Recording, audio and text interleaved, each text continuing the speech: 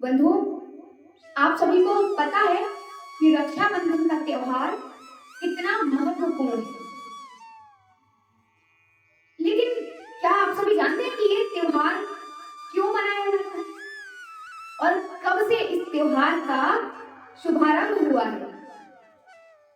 आपको बताएं कि जब देवताओं पर असुरों का इतना प्रभाव बढ़ गया, राजा बलि ने देवताओं पर विजय प्राप्त करने के लिए, यानी देवताओं से अमृत पाने के लिए और देवताओं का स्वर्ग का सिंहासन प्राप्त करने के लिए उन्होंने यज्ञ करवाया। महाराज, सभी देवता इतने चिंतित हो गए कि यदि इनके यज्ञ अनुष्ठान पूरा हो गया तो अब तो हमारा ना ही सिंहासन बचेगा और ना ही स्वर्ग में रखा हुआ अमृत कलश। तो महाराज, देवता चिंतित होकर कहा गए श्री विष्णु जी के पास। अरे भाई, जब भी कोई समस्या, कोई संकट आता है तो श्री विष्णु जी के पास ही तो जाते हैं सभी देवता मदद मांगने के लिए। विष्णु जी के पास मदद मांगने के लिए गए और कहा कि भगवान, आप हमारी सहायता कीजिए। यदि राजा बलि ने अपने अनुष्ठान पूरा कर लिया तो फिर हमें स्वर्ग दोबारा प्राप्त नहीं हो पाएगा, आप कुछ कीजिए। तब भगवान श्री हरि ने देवताओं से कहा, आप निश्चिंत रहिए, हम आपकी सहायता करने अवश्य आएंगे। तब भगवान श्री हरि विष्णु ने बटुक ब्राह्मण का रूप बनाया।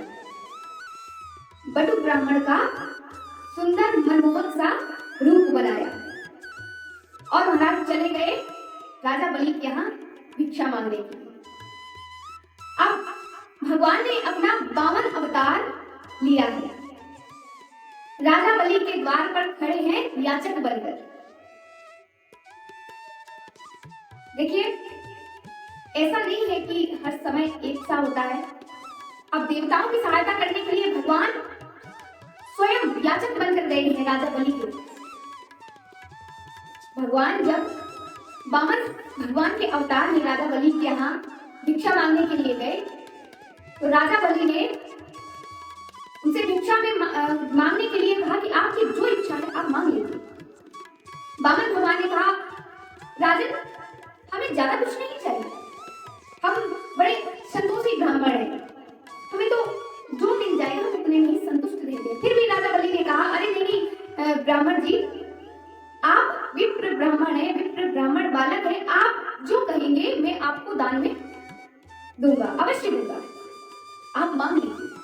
तब श्री 52 भगवान ने कहा कि राजन, आप इतना कहते हैं तो ठीक है, हम मांग लेते हैं, हमें ज्यादा कुछ नहीं चाहिए, बस हमें मात्र 3 पग भूमि दे दीजिए, वो भी हम स्वयं अपने पग से नाप लेंगे। राजा बलि को थोड़ा सा अभिमान सा हो गया और अज्ञान की वजह से उसने कहा, अरे आप तो इतने ज्ञानी विप्र बालक प्रतीत होते हैं और आप अपने पग से भूमि नापें, क्या ही होगा इतने सी भूमि में, आप हमसे कहिए, हम किसी दानव से कह देंगे तो वो राज्य नाप देगा, आपको इतना श्रम करने की क्या आवश्यकता है।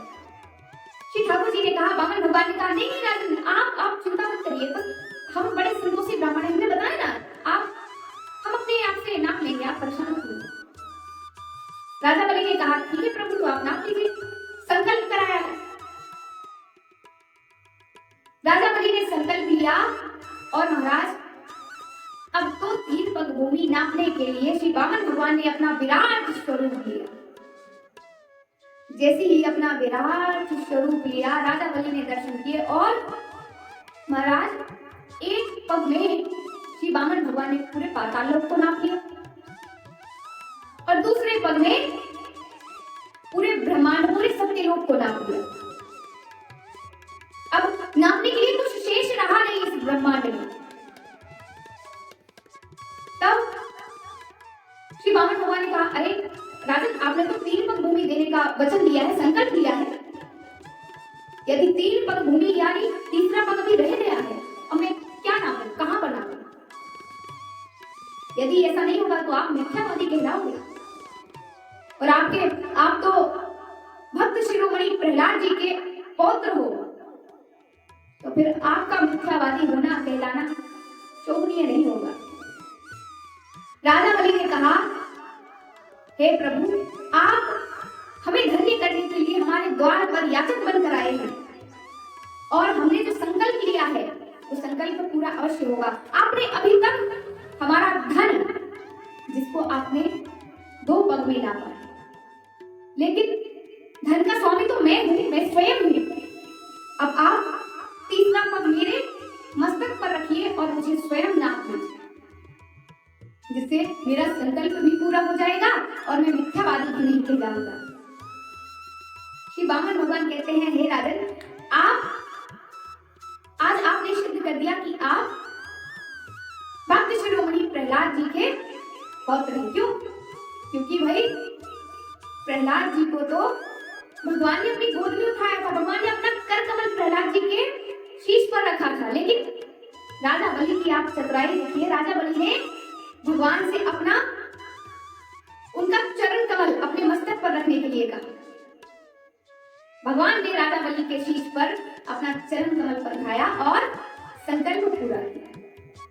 यहाँ स्वर्ग में बैठे महाराज प्रहलाद जी बड़े प्रसन्न हो रहे। वाह, आज तो मेरे नाती ने, मेरे पौत्र ने बाजी मारी। धन्य हो, मैं धन्य हूं जो मेरे कुल में ऐसे राजा ने, ऐसे पौत्र ने जन्म लिया, जिन पर भगवान श्री हरि ने स्वयं अपना चरण कमल पधराया जिनके शीश पर। अब तो भगवान प्रसन्न हो गए, राजा बलि के संकल्प जो राजा बलि ने लिया था वो पूरा हो गया, भगवान प्रसन्न हो गए। भगवान ने कहा, वामन भगवान ने कहा, हे राजन, मैं तुम्हारी दान देने की इच्छा से बड़ा प्रसन्न हूं। अब तुम मुझसे मांग लो, तुम्हें जो भी इच्छा हो, तुम्हारे मन में कोई भी इच्छा हो तुम मांग लो, मैं आज तुम्हें अवश्य दूंगा। राजा बलि ने कहा, भगवान, मांगने वाले से भला क्या ही मांगना है? आप स्वयं मुझसे मेरे द्वार पर याचक बनकर आए हैं मुझसे मांगने के लिए, और अब आप कहते हैं मैं आपसे कुछ मांगूं? क्या ही मांगूंगा? भगवान ने कहा, नहीं, फिर भी आप कुछ तो मांग लीजिए। भगवान बड़े प्रसन्न हुए राजा बलि के दान देने के भाव से। राजा बलि ने कहा, ठीक है भगवान, यदि आप इतना कहते हैं तो आपकी इच्छा के लिए मैं आपसे कुछ मांगता हूं। भगवान ने कहा, बिल्कुल मांगो। राजा बलि ने अब की बात क्या मांगा? राजा बलि ने कहा कि भगवान, मैं जहां भी रहूं आप मेरे सामने रहिए। यानी मैं अगर अपने महल में आऊं तो आपके दर्शन करूं, अगर अपने महल से बाहर जाऊं तो आपके दर्शन करूं। तब भगवान ने राजा बलि को पाताल लोक का राज्य सौंपा और भगवान ने कहा कि हम तो तुम्हें छलने के लिए आए थे, तुमने उल्टा मुझे ही छल लिया। लेकिन फिर भी भगवान के इतने कहने पर ही राजा बलि ने ये मांगा तो भगवान मना नहीं कर सकते थे। भगवान ने कहा, ठीक है, ऐसा ही होगा। अब भगवान ने राजा बलि को पाताल लोक का जो राज्य सौंप दिया, तो महाराज जो राजा बलि का महल था, भगवान उसमें द्वारपाल बनकर खड़े हो गए। और 1 नहीं, 2 नहीं, 3 नहीं, 4 नहीं, 5 नहीं, भगवान ने कितने अवतार लिए, कितने अपने रूप बनाए? भगवान ने 52 रूप बनाए। पाताल लोक में 52 दरवाजों वाला, 52 द्वार जिसमें है, ऐसा महल राजा बलि का। और भगवान ने सोचा कि राजा बलि ने हमसे जो वचन लिया है, यदि मैं एक दरवाजे, एक द्वार पर खड़ा हो गया और कहीं राजा बलि दूसरे दरवाजे से निकल गया तो मेरा वचन तो भंग हो जाए। इसलिए भगवान ने 52 रूप बनाए और 52 रूप बनाकर 52 दरवाजों पर द्वारपाल बनकर खड़े हो गए। यहाँ प्रहलाद जी सारा दृश्य देख रहे हैं और उनके हृदय में इतनी प्रसन्नता हो रही है कि महाराज उनसे स्वर्ग में रहा नहीं गया। उन्होंने कहा, क्या बात है, भगवान स्वयं द्वारपाल बनकर खड़े हैं और मैं यहाँ क्या करूं? अरे भाई, भक्त और भगवान का मिलन होना चाहिए। प्रहलाद जी भी द्वारपाल बनकर पहुंच गए। और अब क्या? अब तो महाराज भक्त और भगवान का मिलन, भक्तमान की चर्चा शुरू हो गई, अद्भुत कथाएं होने लगी। भगवान श्री प्रहलाद जी को कथाएं सुनाते। राजा बलि जब भी महल से बाहर जाते तो भगवान का दर्शन करते, महल के अंदर आते तो भगवान का दर्शन करते। राजा बलि के तो दोनों हाथ में लड्डू, महाराज चांदी ही चांदी, खूब आनंद। एक तो भगवान के प्रति क्षण में इतने अच्छे दर्शन मिल रहे थे। अब तो राजा बलि का कभी कभी मन नहीं लगता अपने कार्य में, तो वो बीच बीच में आकर भक्तमाल की कथा सुनने आ जाते, फिर चले जाएंगे, फिर आ जाएंगे। अब लेकिन राजा बलि को तो आनंद आ रहा था, भक्त प्रहलाद जी को भी आनंद आ रहा और भगवान को भी आनंद आ रहा, क्योंकि भगवान को अपने भक्तों से ज्यादा प्रिय कोई है नहीं। अब यहाँ बैकुंठ में विराजमान श्री माता लक्ष्मी जी, इन्हें चिंता हो गई, बहुत समय हो गया, विष्णु जी तो लौट कर गए नहीं। माता लक्ष्मी चिंतित। इतने में ही नारद जी पहुंचे। नारद जी ने पूछा, माता आप इतनी चिंतित क्यों हैं, आपकी इस चिंता का कारण क्या है? माता लक्ष्मी ने बताया कि देवर्षि, आपको पता है कि जब राजा बलि के यहाँ भगवान गए तो तब से लौट कर ही नहीं आए और हमें ना कोई संदेश दिया। अच्छा, एक बात भी, भगवान ने कोई संदेश नहीं दिया, भगवान को कोई सूचना देनी चाहिए थी। भगवान कम से कम एक चिट्ठी भिजवा देते या फिर फोन लगा देते, हो सकता है उस समय फोन नहीं चल रहे होंगे। तो महाराज माता लक्ष्मी चिंतित। अब माता लक्ष्मी को नारद जी ने कहा, देवी आपको नहीं पता? माता ने पूछा, क्या देवर्षि? नारद जी ने बताया कि भगवान को कुछ अर्थ की आवश्यकता हो गई, तो भगवान राजा बलि के यहाँ तो द्वारपाल की नौकरी कर रहे हैं, आपको नहीं पता? माता ने कहा, नहीं नहीं, ये इस बात की जानकारी तो हमें है नहीं। तो माता लक्ष्मी ने कहा, तो आपको कब आएंगे वापस? नारद जी ने कहा, देवी कोई भरोसा नहीं है, कोई आशा नहीं है कि वो वापस आएंगे। क्यों? अरे उन्होंने राजा बलि को वचन दिया है कि वो राजा बलि के यहाँ द्वारपाल की नौकरी परमानेंट करेंगे। राजा बलि ने परमानेंट नौकरी पर रख लिया है। माता लक्ष्मी तो घबरा गई। उन्होंने कहा कि देवर्षि, इसका कोई उपाय बताइए, ऐसे ऐसे थोड़ी काम चलेगा। तब नारद जी ने बताया कि माता, ऐसे तो वो वापस नहीं आएंगे, लेकिन हाँ, यदि राजा बलि उन्हें स्वयं ये आदेश की आज्ञा दे दे कि वो स्वयं बैकुंठ में वापस चले जाएं, तभी वो आ पाएंगे, अन्यथा नहीं। अब ऐसा कैसे होगा?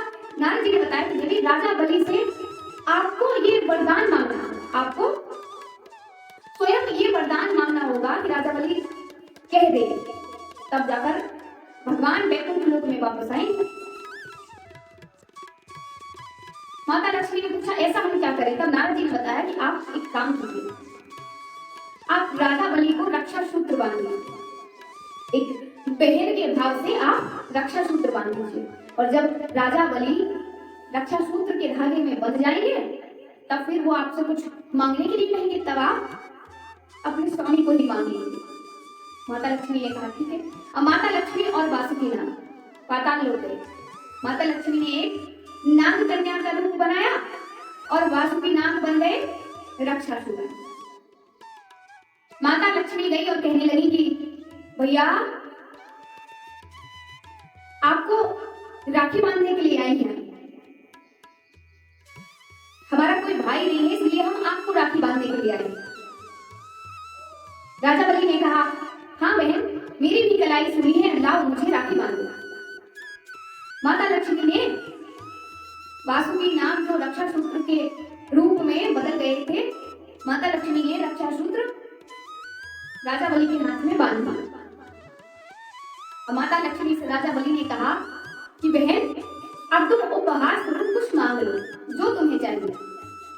माता लक्ष्मी ने कहा कि भैया, यदि आप कुछ देना नहीं चाहते हैं तो वो आपके द्वार पर जो द्वारपाल खड़ा है ना, वो हमें पसंद आ गया, आप हमें वो द्वारपाल दे दीजिए। राजा बलि समझ गए और कहने लगे, हे देवी, आप कौन है? आप अपने असली रूप में प्रकट हो जाइए, असली रूप में आप वास्तविक रूप में हमें दर्शन दीजिए। माता लक्ष्मी ने अपना वास्तविक रूप प्रकट किया और राजा बलि को दर्शन दिया। राजा बलि ने कहा, क्या बात, अद्भुत दृश्य है, जब भगवान हमें छलने के लिए आए थे तो वामन भगवान का रूप लेकर, और जब माता हमें छलने आई है तो बहन बनकर। राजा बलि ने उस रक्षा सूत्र का जो उपहार स्वरूप माता लक्ष्मी को दान दिया, तो स्वयं श्री विष्णु जी का ही दान कर दिया। श्री विष्णु जी को ही माता लक्ष्मी के हाथ में दान कर दिया। तब से रक्षाबंधन का त्योहार मनाया जाता है।